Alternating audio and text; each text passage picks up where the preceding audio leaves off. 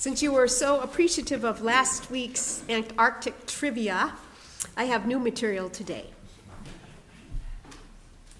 What is the derivation of the expression like an albatross around my neck? Who said that behind? Very good. Before we went to Antarctica, I had never seen an albatross. And I had always assumed, given that expression, that an albatross was less than an attractive bird. I was wrong. The albatross is a gorgeous bird, even majestic, with a wingspan, believe it or not, of 11 feet. And because the albatross has been deemed as spectacular, sailors believed that anyone who ever harmed or killed an albatross would be cursed for life.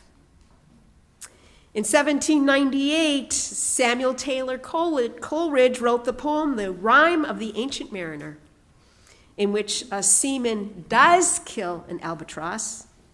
The wind stops blowing, and the ship can't reach its port. And in a spirit of vengeance, the crew picks up the dead bird, hangs it around the culprit's neck, and he says, instead of the cross, the albatross about my neck was hung. And that's how the expression came to be, suggesting any encumbrance which hinders one.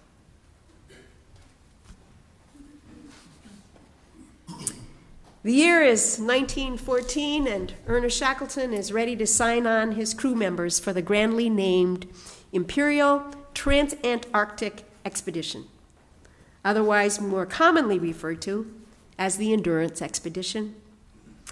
His goal, to cross the continent of Antarctica from sea to sea while passing through the South Pole.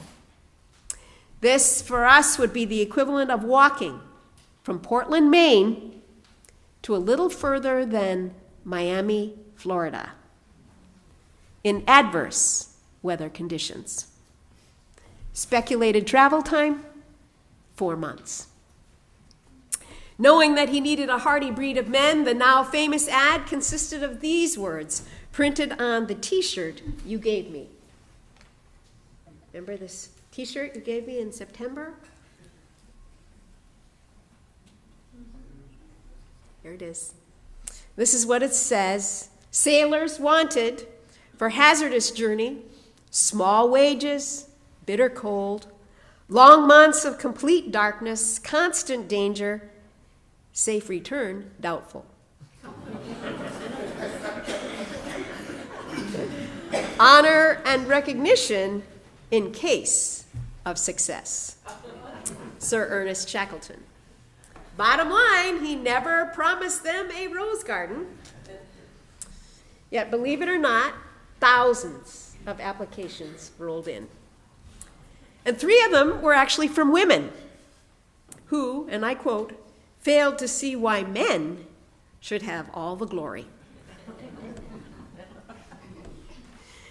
After carefully studying the dossiers and matching qualifications with the needs, Shackelton called on the top candidates for a final interview. And it wasn't what any of them expected.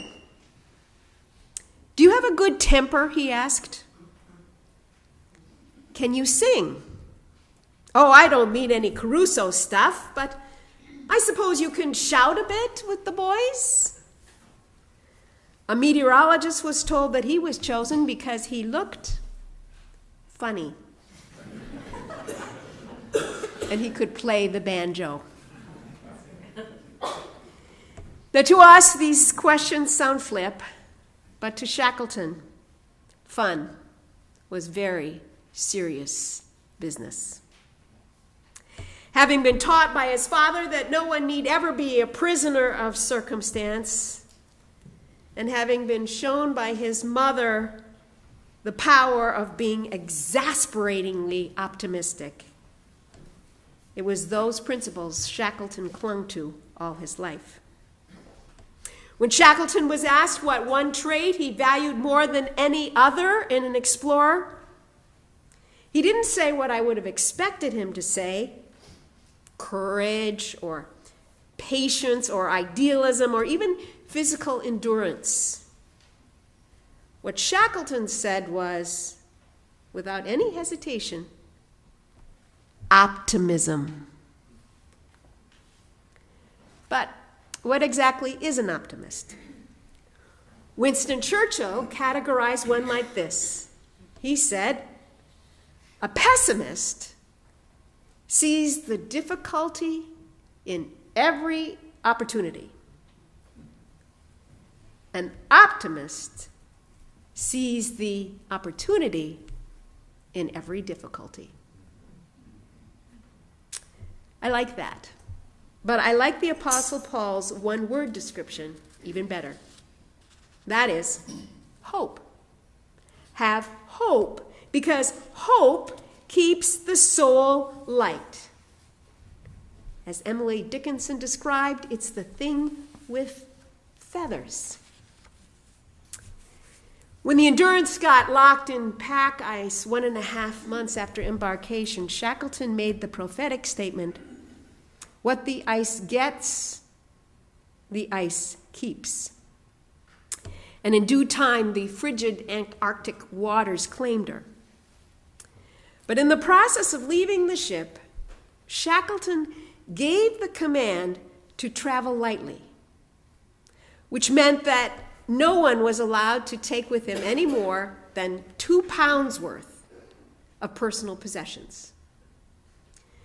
To demonstrate, Shackelton set the example by throwing his sovereigns and a gold watch onto the snow, after which he ripped 2 pages out of his Bible. But as letting go of possessions lightened their material load, he knew also that hope was what would keep their souls light. It is the antidote to the mind's leaden and heavy stuff, the mumbling, the complaining, the grumbling, the words and the spirit that weigh everybody down, speaker and listener alike.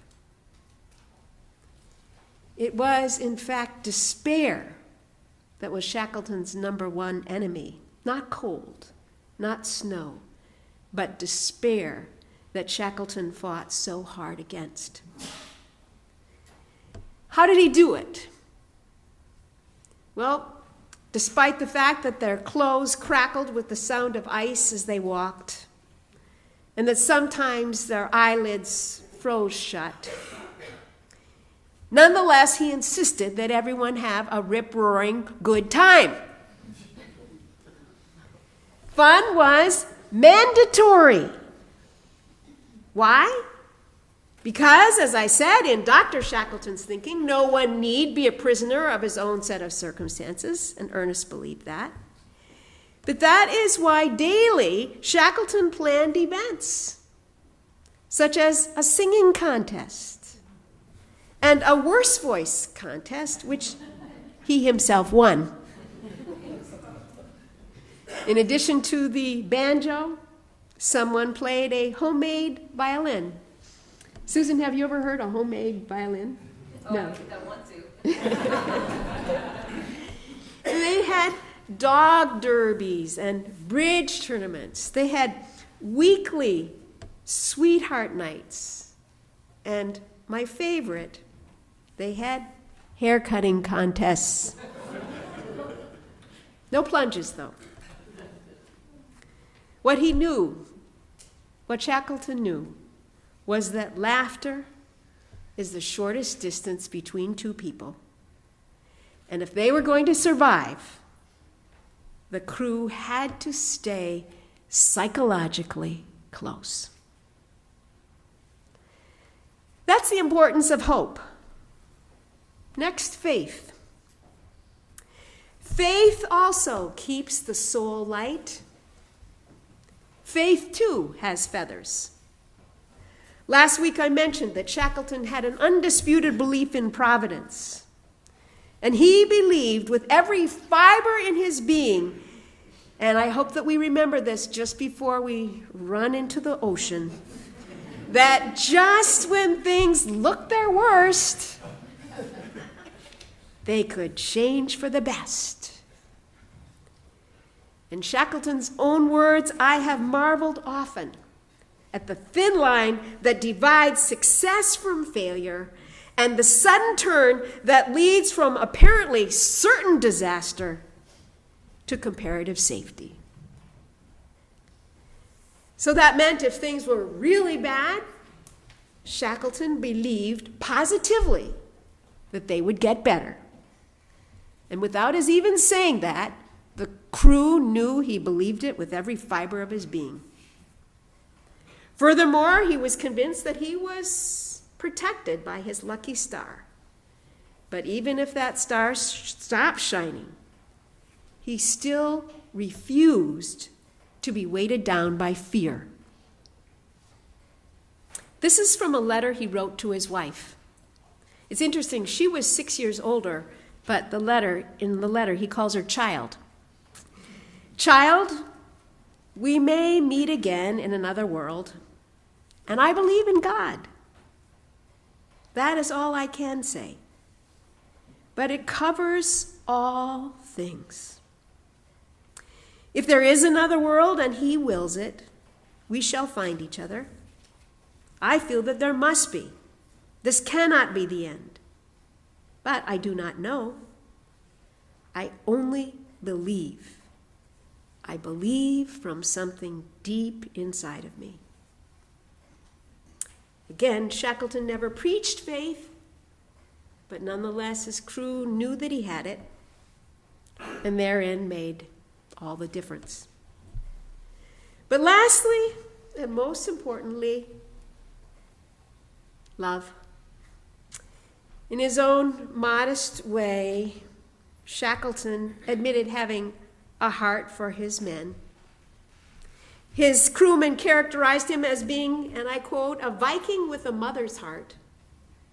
And what a perfect description that was of his leadership style. Someone once defined a mother as someone who puts your sweater on whenever she gets cold.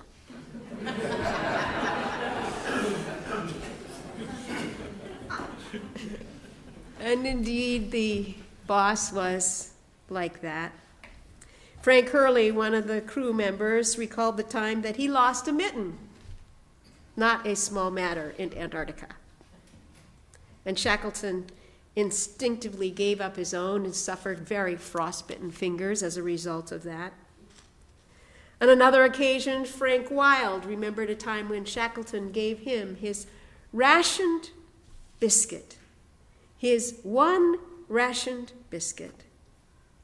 Frank Wild later wrote, I do not suppose that anyone else in the world can thoroughly realize how much generosity and sympathy was shown by this.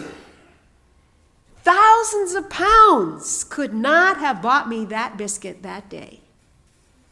And the remembrance of his sacrifice will never leave me. Shackelton spent good one-on-one time with the men. Shackelton listened to their hearts, listened to them talking about their families. And yes, Shackelton bothered to learn the names of all their children. Shackelton believed that sanity and survival hinged on a sense of being cared for, of being loved. And no one doubted his sincerity in that respect. So, back to last week's question. How was Ernest Shackelton ever able to lead 27 men who were in dire misery for 634 days? The answer? He showed them, as best he could, how to travel lightly, with hope, with faith, and with love. But the greatest of those was love. His message for us, given that everyone here has his own Antarctic, Hold fast to optimism. And remember that no matter how bleak the situation may be, we need never be a prisoner of our circumstances. 2, keep the faith. Keep the faith that is within you right now. And if it's not as strong as you would like, act on the faith that you do have. And 3, lastly, always remember to show love in even the smallest of ways. And that is because love is God's constant fire in ice. Amen.